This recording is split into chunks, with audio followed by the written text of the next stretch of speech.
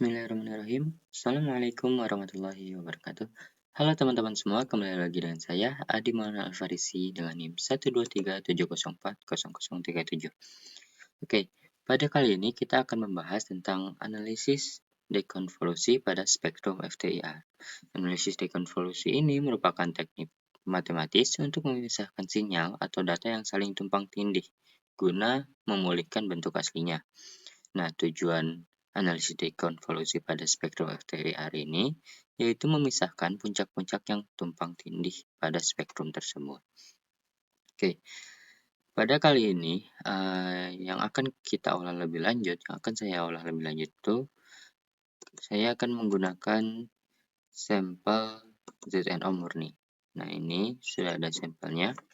Nah, kita langsung pindahkan data sampel ZNO murni yang terdapat ke dalam origin. Kita langsung saja paste. Nah, untuk sumbu X-nya kita beri nama wave number untuk pada kolom A-nya wave number. Kemudian pada kolom B-nya itu transmitan. Oke. Selanjutnya kita perlu mengubah terlebih dahulu data transmitan ini kepada data absorbansi. Maka dari itu kita tambahkan kolom untuk mengisi data absorbansinya. Untuk menentukan data absorbansi ini, teman-teman klik terlebih dahulu pada kolom C, kemudian klik kanan, set column values. Setelah itu, kita gunakan rumus 2 min log kolom transmitan, atau tadi itu kolom B. Kolom B kita langsung klik OK saja. Nah, di sini dapat data absorbansinya. Setelah itu, teman-teman plot data wave number dengan data absorbansi yang tadi kita peroleh.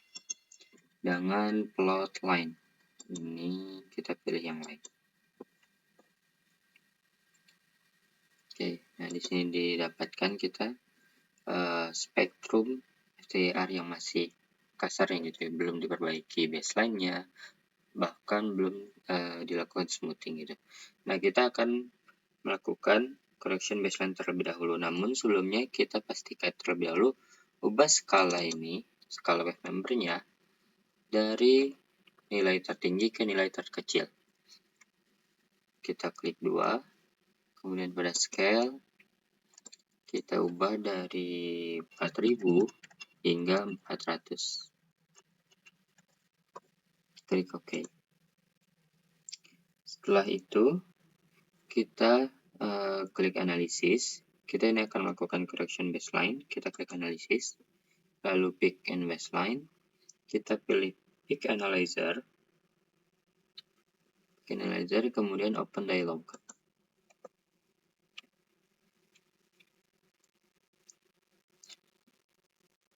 Nah, pada open dialog ini akan muncul menu pick analyzer seperti ini.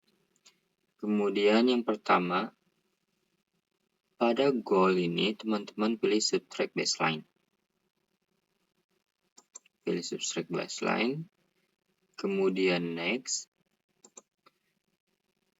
Nah, baseline mode-nya ini kita ubah terlebih dahulu kepada user define. Ini ke user define. Di user define ini kita akan membuat baseline secara manual. Kemudian kita scroll. Nah, enable auto find-nya kita matikan. Lalu kita add. Di sini kita menambahkan titik tambahan pada puncak pertama yang terlihat itu. Pada puncak pertama yang terlihat, titik tambahan dari rentang yang agak jauh gitu. Dari rentang yang paling besar di sini, misalnya dari sini. Dari sini kita klik 2 hingga ke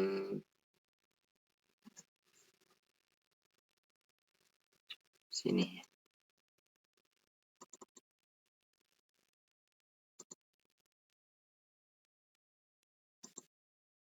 Oke, selanjutnya setelah kita memberikan tanda, kita klik down. Kita klik down, kemudian kita klik next. Nah, di klik next ini akan muncul garis-garis yang merah ini gitu ya, menyambung gitu. Nah, kemudian kita perlu memastikan pada garis merah ini tidak bertabrakan dengan garis spektrumnya atau garis hitamnya. Kita klik modify. Nah, kita atur agar posisinya itu tidak bertabrakan dengan garis spektrumnya.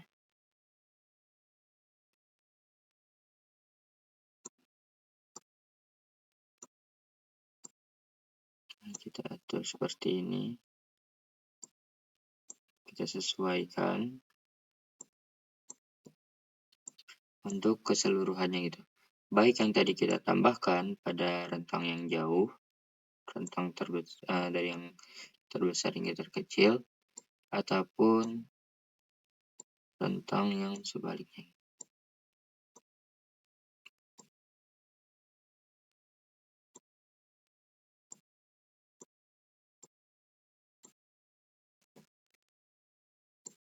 Kembali perhatikan jangan sampai ada garis merah ini yang menabrak ke data ataupun garis spektrumnya.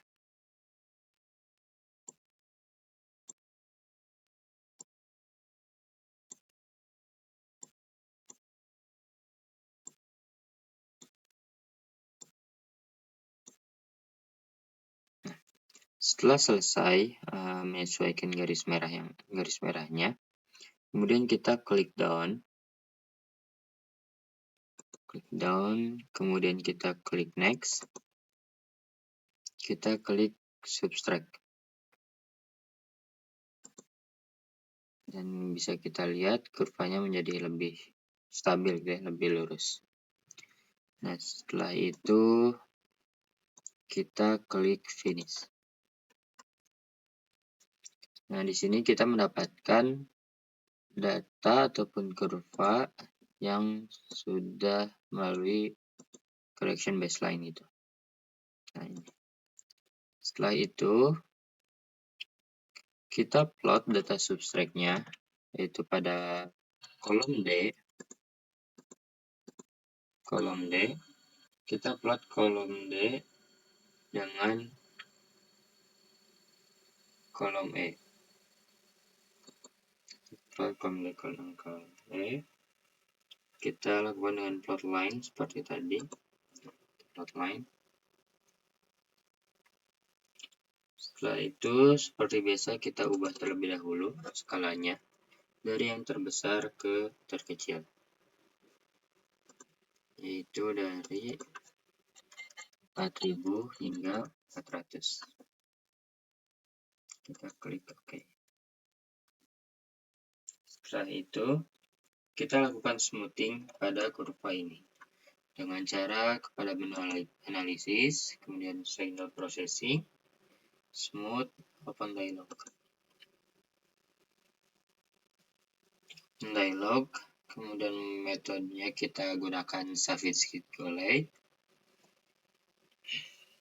Point of window-nya kita ubah menjadi 11. Kita klik OK. Nah, di sini sudah didapatkan kurva yang sudah melalui proses smoothing. Nah, ini ya, didapatkan datanya juga. Kemudian, kita plot datanya kembali, data hasil smoothing ini.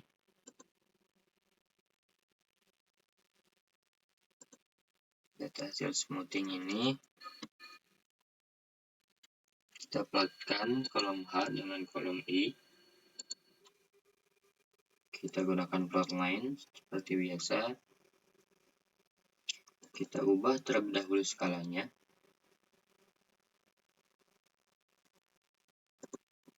Dari 4000 ke 400.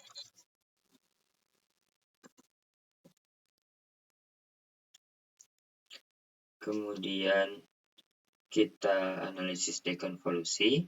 Sebelum kita melakukan analisis dekonvolusi, kita perlu mengetahui terlebih dahulu daerah fingerprint pada sampel ZNO murni tadi, sampel yang akan kita analisis dekonvolusi. Nah, kita ketahui melalui jurnal-jurnal yang sudah melakukan analisis terkait daerah fingerprint pada tiap sampel yang akan kita analisis. Nah, berdasarkan jurnal, diketahui bahwa daerah fingerprint pada sampel ZNO murni ini pada range 420 hingga 525.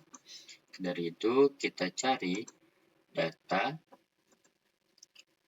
pada wave number 420 hingga 525 yang telah di smoothing. Oke. Nah, setelah kita mendapatkan tadi kita blok ya, sesuai data fingerprintnya itu dari 420 hingga 525. Nah, kemudian kita plotkan line. Setelah itu kita ubah dulu skalanya. Kembali dari yang terbesar hingga yang terkecil. Itu 525 hingga 420. Kita klik OK. Nah, setelah kita ubah skalanya dari 525 ke 420, kita klik analisis. Kita pilih baseline, multiple peak fit, open dialog. Kita pilih peak functionnya ke Gaussian, kita klik OK. Kemudian kita beri tanda pada tiap puncak yang muncul gitu. Kita klik 2 di sini, misal 1, kemudian sini 2, sini 3, sini 4, sini 5,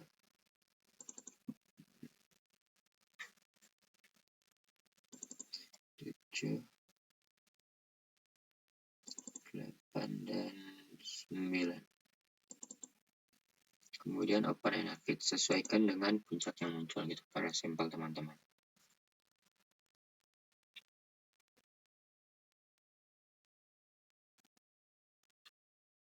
Pada open and fill ini kita klik fit until converge.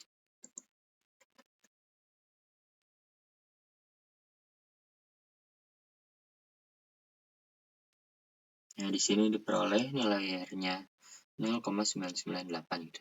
Ini mendekati angka 1 gitu, yang menandakan hasil analisis puncak ini tergolong sudah cukup baik. Kita langsung klik dan saja.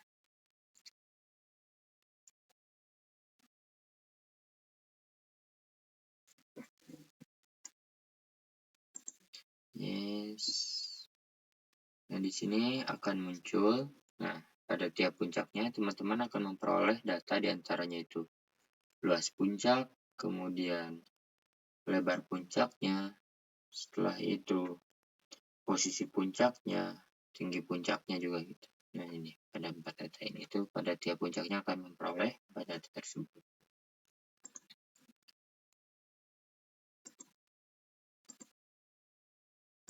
Nah, ini ya data hasil kurvanya gitu. Terlihat ini sesuai gitu ya.